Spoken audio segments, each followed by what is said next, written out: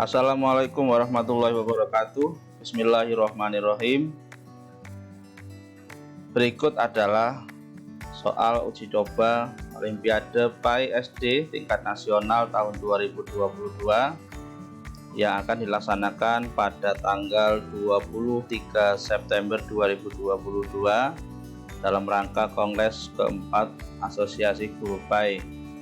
Semoga kongres tersebut berjalan dengan lancar.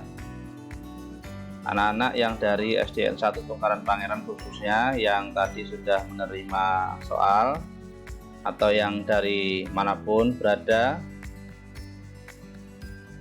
yang ingin ikut belajar silahkan. Ini sengaja memang saya tampakkan soalnya agar teman-teman atau siswa yang dimanapun berada yang tidak memiliki cetaknya bisa mengikuti belajar dengan cara melihat teksnya secara langsung. Baik, kita mulai. Bismillahirrahmanirrahim. 1. Dalam surah At-Tin ayat 2, Allah Subhanahu wa taala bersumpah dengan menyebut buah zaitun. Nomor 2, surah At-Tin termasuk golongan surah Makkiyah yang artinya adalah surah yang diturunkan sebelum Nabi melakukan hijrah. Yang ketiga, arti surah At-Tin ayat 3 adalah dan demi negeri Mekah yang aman ini. Nomor 4, sesungguhnya kami telah menciptakan manusia dalam bentuk yang sebaik-baiknya adalah arti dari surah At-Tin ayat ke-4. Nomor 5, kandungan surah At-Tin ayat 8 yaitu Allah Subhanahu wa taala merupakan Tuhan yang Maha Adil. Nomor 6, Nizam mengikuti lomba melukis. Pada saat pengumuman, Nizam dinyatakan menjadi juara 2. Nizam merasa prestasinya merupakan pemberian Allah Subhanahu wa taala. Tindakan Nizam yang mencerminkan keteladanan surah At-Tin yaitu bersyukur. Alia sedang mempelajari surah At-Tin bersama Naya. Alia menjelaskan kepada Naya bahwa Allah Subhanahu wa taala akan mengembalikan manusia ke tempat yang serendah-rendahnya jika berlaku sombong. 8. Zidan sedang belajar untuk mengikuti Olimpiade Pendidikan Agama Islam tingkat nasional. Pada saat yang sama, ibu tampak kelelahan merapikan ruang tamu. Sebagai anak yang mengamalkan surah At-Tin, Zidan sebaiknya melanjutkan belajar setelah membantu ibu. Nomor 9, Alwi memahami kandungan surah At-Tin ayat 5. Perilaku yang sebaiknya ditunjukkan Alwi yaitu menjauhi segala larangan Allah Subhanahu wa taala dan Rasul-Nya. Nomor 10, perilaku yang sesuai dengan kandungan surah At-Tin ayat 6 yaitu membantu teman memahami cara mengerjakan tugas. Nomor 11, termasuk orang-orang yang diberikan pahala yang tidak putus oleh Allah adalah orang yang beriman dan beramal soleh. Nomor 12, bekerjasama dalam beramal soleh di lingkungan masyarakat dapat ditunjukkan dengan melakukan gotong royong membersihkan masjid. Nomor 13, Dito melihat Ari hendak menyontek saat ujian. Dito sebaiknya mengingatkan Ari agar tidak menyontek. Nomor 14, azab bagi manusia yang tidak bersyukur kepada Allah Subhanahu wa taala yaitu dimasukkan ke dalam neraka. Nomor 15, kita bisa mengenal Allah melalui alam beserta ciptaannya. Nomor 16, pernyataan berikut yang benar adalah alam semesta ada, pasti ada yang menciptakan. Nah, ini teori dari Nabi Ibrahim ketika mencari Tuhan. Nomor 17, anak-anak SDN 1 Tungkaran Pangeran pergi bertamasya ke pantai Angsana. Mereka menikmati pemandangan laut yang sangat luas yang seolah tidak ada batasnya.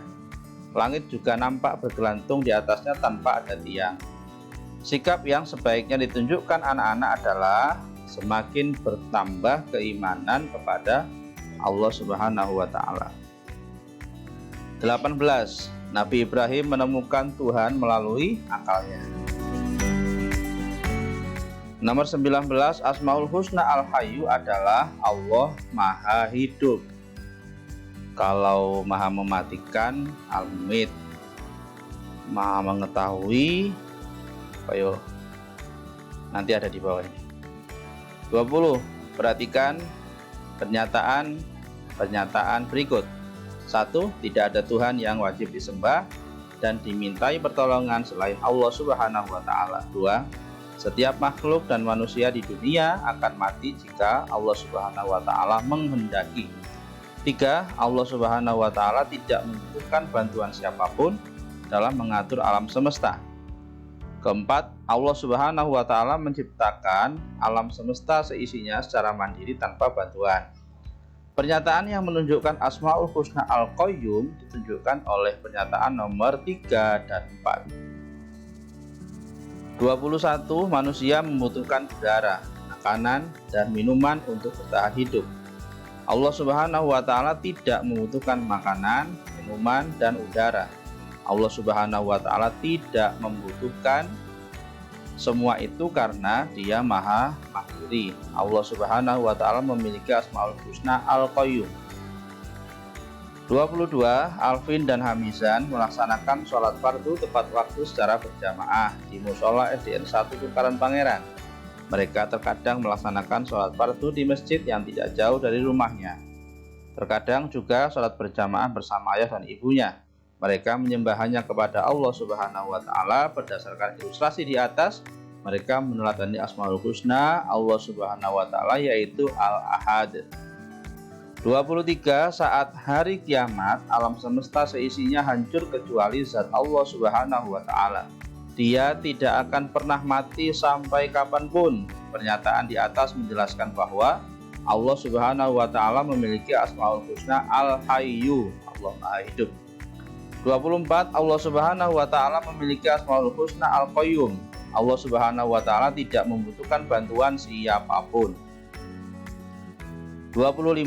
Allah tidak berbilang. Allah Maha Esa atau satu adalah arti dari nama Allah Subhanahu wa Ta'ala, yaitu Al-Ahad. 26. Dalam mengatur alam semesta, Allah tidak membutuhkan bantuan dari makhluknya. Pernyataan di atas adalah makna Al-Qayyum. 27. Salah satu peneladanan Asmaul Husna Al-Ahad, yaitu hanya menyembah kepada Allah Subhanahu wa Ta'ala. Perilaku yang menunjukkan peneladanan tersebut adalah kirani melaksanakan sholat tepat waktu. 28. Mandiri merupakan perilaku terpuji sebagai wujud peneladanan Asmaul Husna Al-Qayyum. Contoh perilaku tersebut yaitu mencuci sepatu dan baju sekolah sendiri. 29. Allah selalu dapat mencipta dan mengetahui serta mengatur keadaan alam. Tentu Allah Subhanahu wa Ta'ala dalam keadaan hidup, sehingga Allah pasti memiliki Asmaul Husna Al-Hayyu. 30. Mempercayai dan meyakini dengan sepenuh hati bahwa Allah Subhanahu wa Ta'ala menurunkan wahyu kepada para rasul untuk dijadikan pedoman hidup manusia adalah pengertian dari iman kepada kitab-kitab Allah Subhanahu wa Ta'ala. 31. Terdapat 4 kitab yang diturunkan kepada 4 rasul. Keempat rasul itu adalah Nabi Musa menerima kitab Taurat, kemudian Nabi Daud menerima kitab Zabur, Nabi Isa menerima kitab Injil, dan Nabi Muhammad menerima kitab Al-Quran. 32. Semua kitab Allah berisi ajaran yang benar dan baik sesuai dengan masanya. Ajaran yang sama dan tertuang dalam semua kitab Allah adalah tentang perintah mengesahkan Allah Subhanahu wa Ta'ala. 33. Pokok ajaran kitab Zabur berisi tentang zikir, tentang nasihat, dan tentang hikmah. 34. Hakim percaya kitab Injil merupakan salah satu kitab Allah Subhanahu wa Ta'ala. Hakim juga harus percaya bahwa Nabi Isa merupakan utusan Allah Subhanahu wa Ta'ala. 35 Salman beriman kepada Al-Quran. Ia ingin menerapkan keimanannya dalam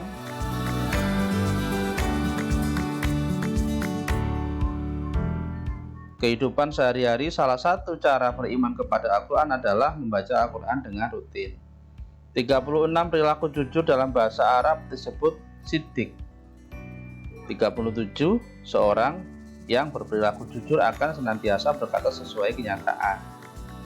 38 Nizam memahami bahwa perilaku jujur memberikan banyak manfaat dalam kehidupan. Nizam menerapkan kejujuran untuk diri sendiri dengan cara melaksanakan sholat meskipun tidak dilihat oleh ayah dan ibu.